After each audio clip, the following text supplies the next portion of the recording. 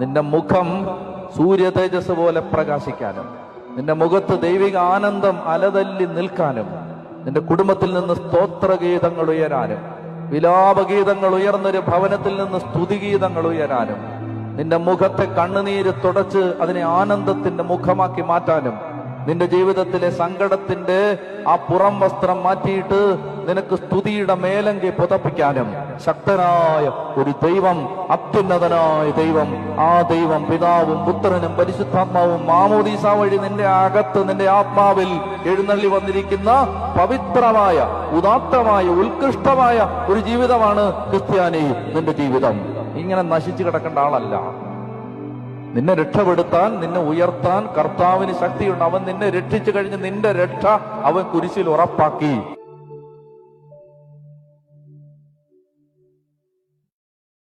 നിന്റെ മുഖം സൂര്യ തേജസ് പോലെ പ്രകാശിക്കും.